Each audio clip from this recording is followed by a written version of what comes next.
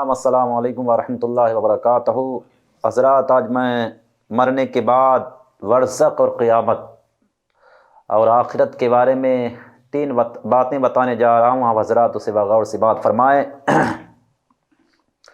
اتنی بات تو ہم سب جانتے ہیں اور مانتے ہیں کہ جو اس دنیا میں پیدا ہوا اس کو کسی نہ کسی دن مرنا ضرور ہے، لیکن اپنے طور سے یہ بات کسی کو معلوم نہیں اور نہ کوئی اس کو معلوم کر سکتا ہے کہ مرنے کے بعد کیا ہوتا ہے اور کیا ہوگا۔ یہ بات صرف اللہ ہی کو معلوم ہے، اور اس کے بتلانے سے پیغمبروں کو معلوم ہوتی ہے، اور ان کے بتلانے سے ہم جیسے عام آدمیوں کو معلوم ہو جاتی ہے۔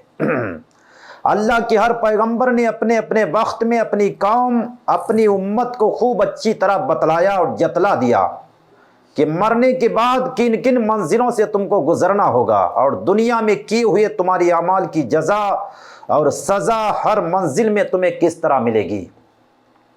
اور پیغمبر خدا حضور صلی اللہ علیہ وسلم خدا کے آخری نبی اور رسول ہیں، اور ان کے بعد اب کوئی پیغمبر قیامت تک آنے والا نہیں، اس لیے آپ نے مرنے کے بعد کی تمام منزلوں کا بیان بہت ہی تفصیل اور تشریح سے فرمایا ہے۔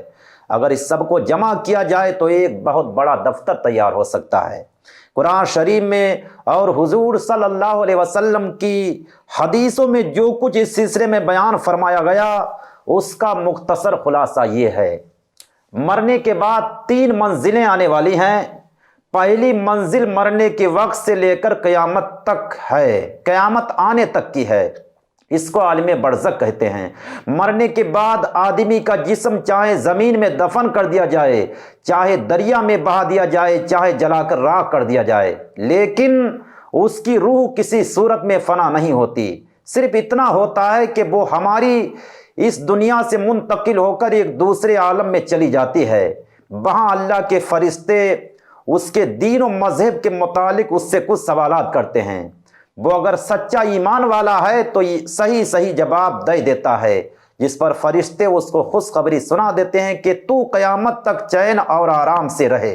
اور اگر وہ مومن نہیں ہوتا یا صرف نام کا مسلمان یا منافق ہوتا ہے تو اسی وقت سے سخت عذاب اور دکھ میں مبتلا کر دیا جاتا ہے، جس کا سلسلہ قیامت تک جاری رہتا ہے۔ یہی برزخ کی پہلی منزل ہے، جس کا زمانہ مرنے کے وقت سے لے کر قیامت تک کا ہے۔ اس کے بعد دوسری منزل قیامت اور حشر کی ہے۔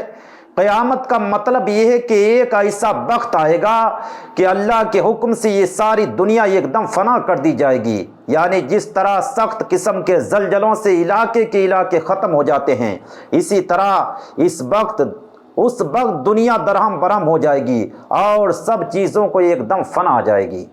پھر عرصہ دراز کے بعد اللہ تعالیٰ جب چاہے گا سب انسانوں کو پھر سے زندہ کرے گا۔ اس وقت ساری دنیا کے اگلے پچھلے سب انسان دوبارہ زندہ کیے جائیں گے، اور ان کی دنیاوی زندگیوں کا پورا حساب ہوگا۔ اس جانچ اور حساب و کتاب میں اللہ کے جو بندے نجات اور جنت کے مستحق نکلیں گے ان کے لیے جنت کا حکم دیا جائے گا، اور جو ظالم اور مجرم اللہ کے عذاب اور دوزخ کے سزاوار ہوں گے ان کے لیے دوزخ کا حکم سنا دیا جائے گا۔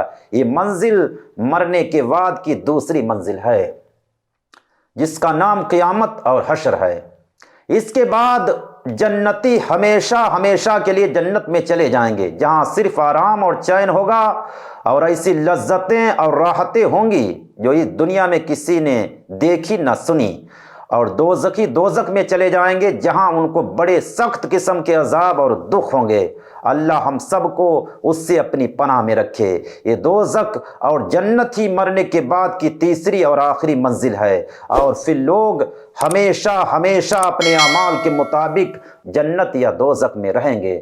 تو مرنے کے بعد جو ہیں یہ تین منزلیں آنے والی ہیں، ان کے لیے پہلے سے انتظام کیا جائے اور نیک عمل کیے جائیں، برائیوں سے بچا جائے، تو انشاءاللہ اس کا بیڑا پار ہو جائے گا۔ السلام علیکم ورحمۃ اللہ وبرکاتہ۔